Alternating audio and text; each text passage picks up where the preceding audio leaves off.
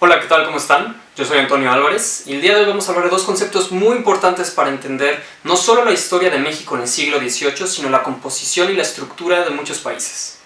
Esto es el federalismo y el centralismo.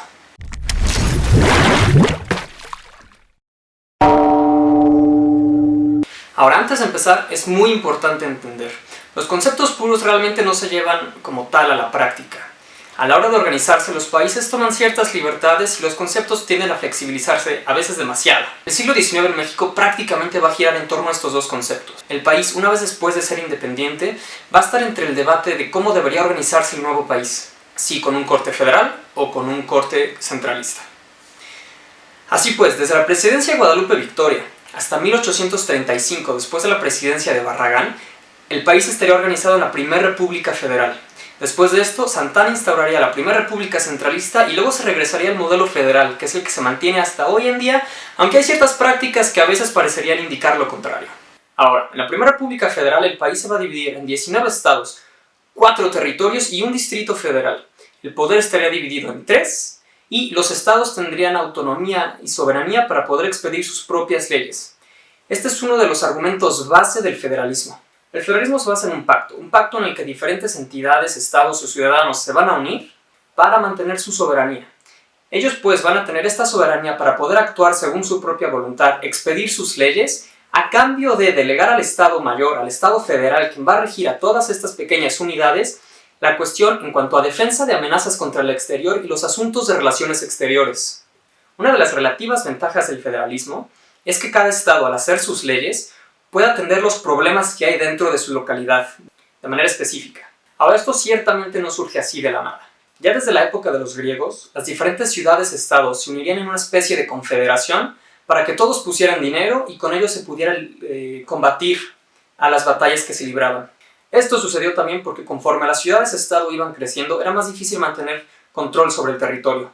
Ellos creían que en la democracia pura, el Estado debería ser lo suficientemente pequeño como para que los gobernantes incluso pudieran recorrerlo a pie. Ahora, el siguiente gran salto dentro del federalismo se da con la independencia de Estados Unidos. Para 1776 en Estados Unidos, las colonias pasarían a ser estados. Los súbditos pasarían a ser ciudadanos. Este es un gran salto que sentaría las bases del federalismo que prácticamente todo el mundo siguió después, incluyendo México. Las colonias convertidas en estados harían cada quien una constitución. Estas serían las primeras constituciones del mundo. Ahora, la historia que tuvo Estados Unidos ciertamente es muy diferente a la que tuvo México. Estados Unidos o las 13 colonias jamás estuvieron en ninguna especie de virreinato y siempre mantuvieron su estado de colonias. De alguna manera esto les hizo ser siempre un poco más industriales, un poco más capitalistas, diferente a como se vivía en México, que todo siempre al tener a una corona estaba todo mucho más centralizado. La contraparte es que con las colonias había una carga tributaria un poco más pesada, que finalmente lo único que hizo fue avivar más el sentimiento independentista de estas. Los diferentes estados empezaron a jalar cada quien por su lado, y aunque el Congreso estaba ahí en medio tratando de hacer la balanza, fue George Washington quien nos va a unir. Porque al principio había estados que no querían dar el dinero para que se pagara y entonces no había verdaderamente una unión. George Washington nos va a juntar y va a poner un plan en el que todos los estados se iban a unir a cambio de recibir también protección. Finalmente, en la Convención de Filadelfia de 1787, el país tendría su organización federal y se convertiría en el modelo para el mundo. México, tiempo después, con la Primera República Federal, trataría un poquito de copiar este modelo. Sin embargo, las bases que tuvo México hasta este momento jamás fueron las mismas que en Estados Unidos, y eso hizo que fuera muy difícil que el modelo funcionara igual. Ahora, la Suprema Corte no servía únicamente como equilibrio del poder. Sería esta también la que sería la titular de los derechos de los hombres contra los otros poderes políticos. Ahora, el modelo centralista en México, que inicia en 1835, agregaría un cuarto poder, que sería como el supremo poder, que estaría a cargo de vigilar que los otros tres hicieran un poquito lo suyo, y prevenir abuso de parte de estos. El mandato del presidente cambiaría ahora a 8 años. De por sí los presidentes no podían acabar el que ya tenían, y ahora el periodo estaba incluso más largo.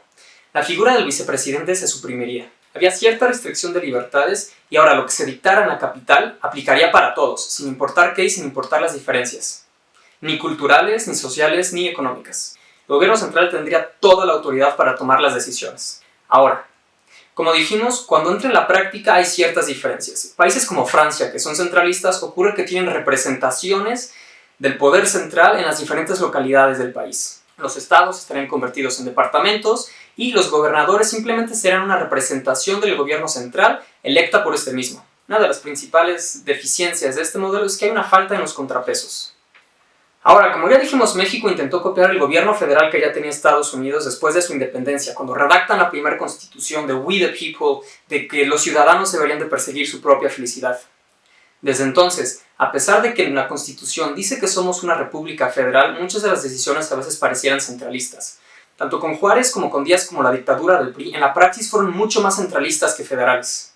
Incluso hoy en día, la dinámica muchas veces del país sigue pareciendo de corte centralista. Institutos que a veces parecían ser federales empiezan a centralizarse y convertirse simplemente en institutos nacionales, como fue el caso del IFE al INE. Gran parte de esto tiene que ver, por ejemplo, en materias fiscales, con hacer más eficiente el proceso, evitar que haya corrupción y hacer un poco más ágil ciertos trámites administrativos. Esto causa a veces muchos problemas. Algunos estados o instituciones, apelando a la soberanía y a la autonomía, muchas veces no rinden cuentas de en qué dan el dinero. Entonces, esto genera una serie de dificultades en la dinámica de estos. Ahora, los países no son puramente federales ni puramente centralistas. Incluso en México muchas veces se le refiere como un país federal centralizado. Porque a pesar de que todos los estados tienen su soberanía y tienen su autonomía, el poder sigue estando completamente centralizado en la capital. Y así pasa con muchos otros países. Ahora, además de esto, agreguemos el problema a México del narcotráfico, en donde el narco ha llegado también a las esferas del poder a modificar toda la estructura y la organización que se tiene. Ciertamente el modelo que tiene México, la manera en que se gobierna y la manera en que se administra ha sido muy complicada desde sus inicios. Ojalá, entre más estudiemos y entre más estemos peleando por él, podamos encontrar finalmente, sin importar qué, el sistema que mejor se nos acomode y que sea el mejor para todos nosotros.